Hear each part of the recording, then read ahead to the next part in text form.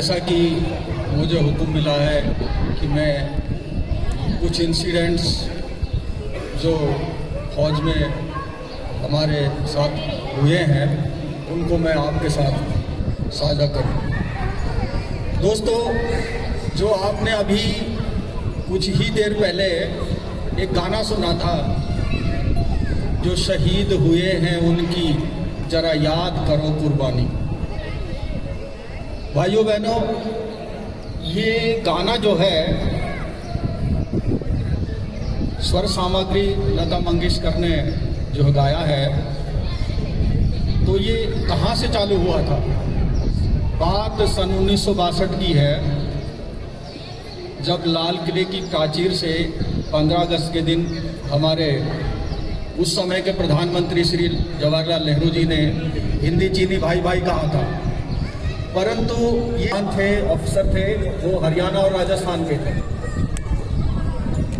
मैं भी उसी बेल्ट से आता हूँ, राजस्थान से हूँ, मगर हरियाणा जो है बॉर्डर का हूँ। मेजर शैतान सिंह उस समय पे कमांडिंग ऑफिसर थे, तो उन्होंने अपने जवानों से पूछा कि भाई ऐसे ऐसे जो है चीनी अटैक हमारे ऊपर हो चुका है और हमको बहुत ही ज़्यादा जो है जान और माल की नुकसान होने वाला है। तो इस समय अब हमारा जो कर्तव्य है वो ये है कि हम देश की रक्षा करें।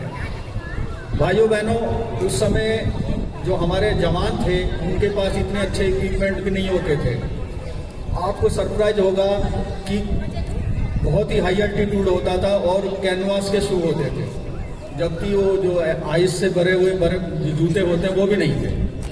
तो सभी जवानों ने अपना जोश दिखाया और कहा कि नहीं, हम जो है फाइट करेंगे अपने देश के लिए। और इनकी 3 कंपनियां थी वहाँ पर, और उनके पास का जो अम्यूनिशन था और जो उनका मैन एंड मटेरियल तो बहुत कहीं ज़्यादा था। हमारे जवानों ने बड़े डट करके उनका मुकाबला किया, लेकिन दुर्भाग्य की बात ये थी कि बर्फ इतनी ज़्यादा थी कि जो राइफल थी, राइफल का जो ट्रिगर होता है तो हाथ ऐसे रह गया, यानी कि वो ट्रिगर भी नहीं दबा उनसे, क्यों? वो पूरा सुन्न हो चुका था। और वो जो है जवान थे, कुछ तो उनकी गोलीबारी में मारे गए और कुछ जो है जो बर्फ था उससे ही जो है मर गए और वहीं पे दब गए। दोस्तों, युद्ध तो समाप्त हो चुका था, लेकिन कई वर्ष के बाद उन जवानों की खोज पड़ताल हुई और उस समय के जो प्रधानमंत्री थे जवाहरलाल नेहरू, उन्होंने कहा कि मैं वो जगह देखना चाहता हूँ। तो वो जगह पे गए और जब वहाँ पे जो बर्फ में उनके शव दबे हुए थे उनको देख करके वो खुद रोने लगे कि देखो हमारे नौजवानों ने कितना जो है त्याग और बलिदान किया और देश के लिए जो है हंसने से अपने प्राणों को निछावर कर दिया।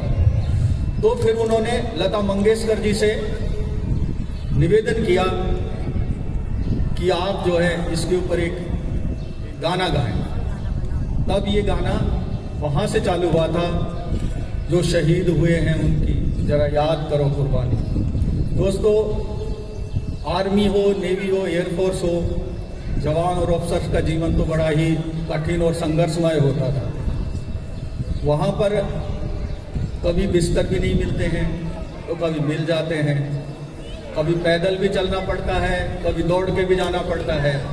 सुबह 5 बजे जो है हर जवान ऑफिसर जग जाता है, आधा घंटे का समय मिलता है अपना रूटीन करने का। उसके बाद में पीटी परेड चालू हो जाती है। 1 घंटे का वो जो है पीटी और परेड वर्जिश होता है ताकि वो फिजिकल फिट रहे।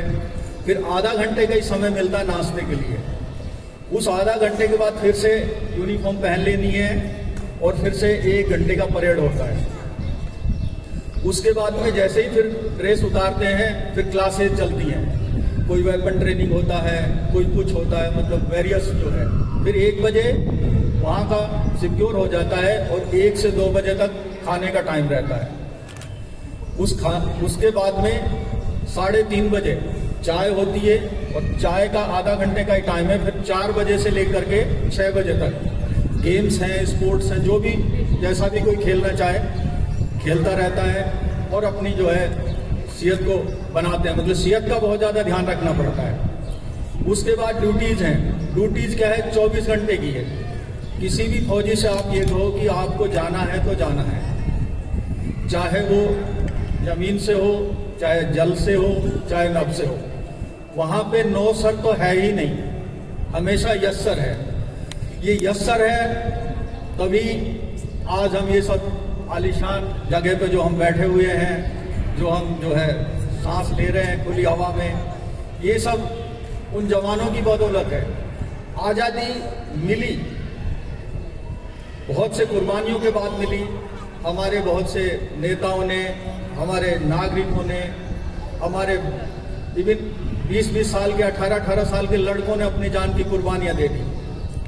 खुदीराम बोस जैसे महान स्वतंत्रता सेनानी, जब उनको फांसी लग रही थी तो वो कह रहे थे कि हे माते, मैं तो बहुत गरीब हूँ, मुझे आपको देने के लिए कुछ भी नहीं है, बस खाली मैं अपनी जान की जो है कुर्बानी आपके लिए दे रहा हूँ। इस प्रकार के जो है उनके जज्बे थे, हौसले थे। उन सब चीजों से गुजर करके आज हम आए हैं, आज़ादी मिली।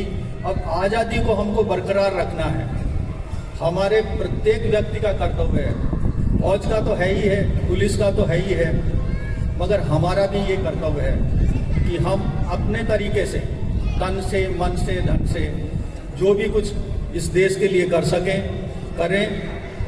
कास्ट, क्रीड एंड रिलीजन से ऊपर उठें और एकता का भाव रखें। बस इतना ही कहते हुए मैं वाणी को विराम दे रहा हूँ।